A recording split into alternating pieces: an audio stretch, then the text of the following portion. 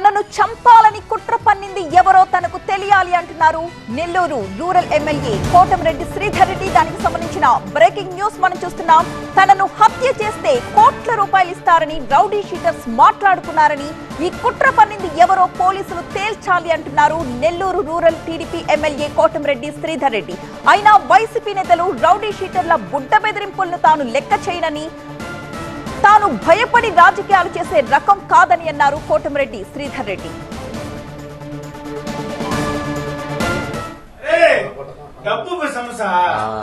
చూసుకోండి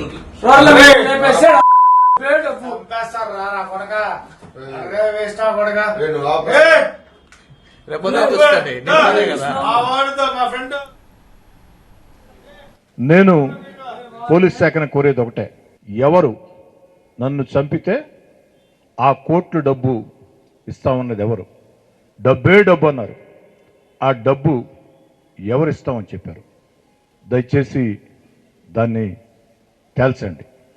తేల్చాల్సిన బాధ్యత పోలీస్ యంత్రాంగం మీద ఉంది.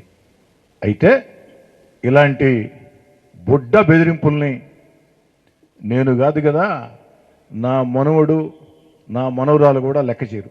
వైఎస్ఆర్ కాంగ్రెస్ పార్టీ నేతలారా, నన్ను హత్య చేయిస్తామని, హత్య చేస్తామని మాట్లాడిన రౌడీ షీటర్లరా, గూండాల్లారా, మీ బెదిరింపుల్ని నేను కాదు, నా వెంట నడిచే నాయకులు కార్యకర్తలే కాదు, నా తమ్ముడు కోటంరెడ్డి గిరియే కాదు, 7 ఏళ్ల వయసుండే నా మనవరాలు, 6 ఏళ్ల వయసుండే నా మనవడు కూడా భయపడ్డు.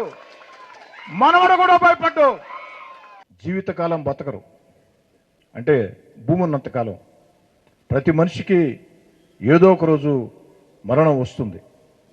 కానీ భయపడుతూ బతికి అలవాటు మా దగ్గర లేదు. నా దగ్గరే కాదు, నా వెంట నడిచే నాయకుల కార్యకర్తల వద్ద కూడా భయం అన్న పదం మాకు తెలీదు. భయం అన్న పదం మాకు తెలీదు. కాబట్టి ఇలాంటి బుడ్డ బెదిరింపుల్ని లెక్క చేసే వ్యక్తిని కాదు అని చెప్పని తెలియచేస్తూ